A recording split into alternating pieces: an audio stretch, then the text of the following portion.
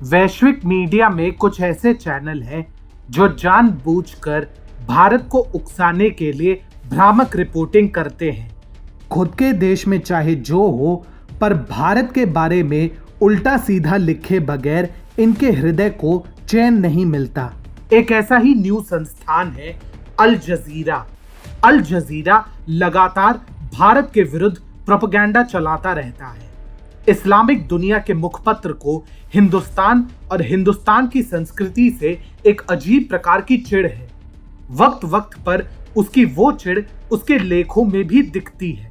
Corona महामारी की coverage हो, कोरोना से होने वाली मौतों की कवरेज हो, जम्मू कश्मीर से आर्टिकल 370 हटाने का मुद्दा हो, या फिर भारत का कोई और बड़ा मुद्दा हो, अल जजीरा हर बार भारत के विरुद्ध एजेंडा चलाता है।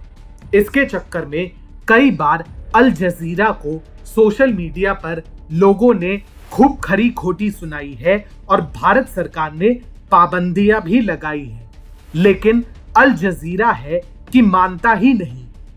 इस बार तो अल जजीरा ने हद ही पार कर दी। पूरा माहौल बनाकर भारत के विरुद्ध एजेंडा सेट किया, लेकिन वह बुरी तरह से फुस हुआ है।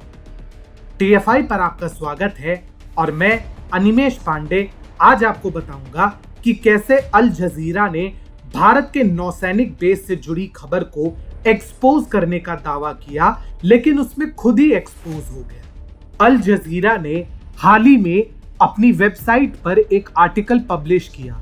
इसे ट्विटर पर शेयर करते हुए अल जजीरा ने लिखा, मॉरिशस के एक द्वीप को भारत गुपचुप तरह से नौसैनिक बेस में परिवर्तित कर रहा है। हमारी स्वतंत्र जांच में सामने आया है कि कैसे भारत के इस निर्माण से द्वीप के स्थानीय निवासियों के लिए स्थिति बद से बदतर हो सकती है।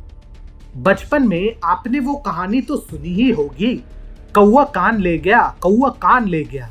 अल जजीरा का ये कथित इन्वेस्टिगेशन उस कहानी का ही रूपांतरण है। आखिरकार इस कट्टरपंथी मुखपत्र को भारत के एक नौसैनिक बेस से किस बात की समस्या है?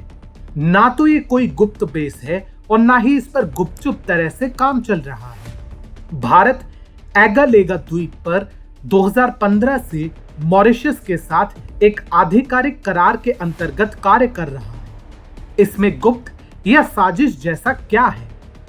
अल जजीरा के इस प्रोपेगेंडा को ध्वस्त करने में ट्विटर यूजर्स ने देर नहीं लगाई। आभास मल दहियार नामक ट्विटर यूजर ने कहा, अल जजीरा इन्वेस्टिगेशंस 2015 में प्रधानमंत्री के मॉरिशस दौरे के दौरान कई समझौतों पर हस्ताक्षर हुए थे, जिनमें से एक मेमोरेंडम नंबर 4 भी था। कृपया इसे ध्यान से पढ़ने का कष्ट करें और यह दिखाना बंद करें कि इससे पहले साजिशों की ट्वीट करने वाला व्यक्ति कितना बड़ा बेवकूफ था।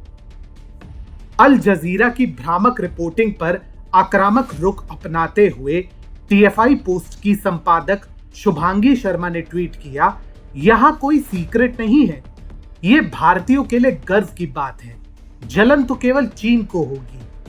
अपनी कहानी में राज का तड़का लगाना मार्केटिंग के लिए बढ़िया उपाय था, परंतु इससे आपकी स्टोरी सच नहीं हो जाएगी, रहेगी वो फेक न्यूज ही। और शायद इसीलिए भारत से आपको धक्के मार कर निकाला गया था। अल जजीरा का भारत के परिप्रेक्ष्य में इतिहास काफी खराब रहा है। इस चैनल ने समय समय पर भारत विरोधी कंटेंट को बढ़ावा दिया है। अनुच्छेद 370 से लेकर सीए के विरोध में समय समय पर भारत विरोधी तत्वों को अल जजीरा ने न केवल अपने मंच पर जगह दी है, बल्कि उनके विचारों को खुलकर बढ़ावा भी दिया है। 2015 में निरंतर भारत विरोधी प्रोपेगेंडा को प्रदर्शित करने के लिए भारत ने अल जजीरा पर 5 दिन का प्रतिबंध लगाया था।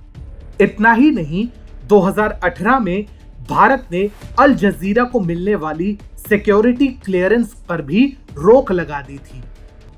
ऐसे में मॉरिशस में भारत के एक नौसैनिक बेस के पीछे हाय तौबा मचाकर अल जजीरा ने कुछ प्राप्त नहीं किया, बस भारत के प्रति अपनी घृणा को एक बार फिर जगजाहिर किया है। एक आम नौसैनिक बेस की गतिविधियों के पीछे जिस प्रकार से अल जजीरा ने हाय तौबा मचाई है, उस पर क्रोध कम हंसी ज्यादा आती है।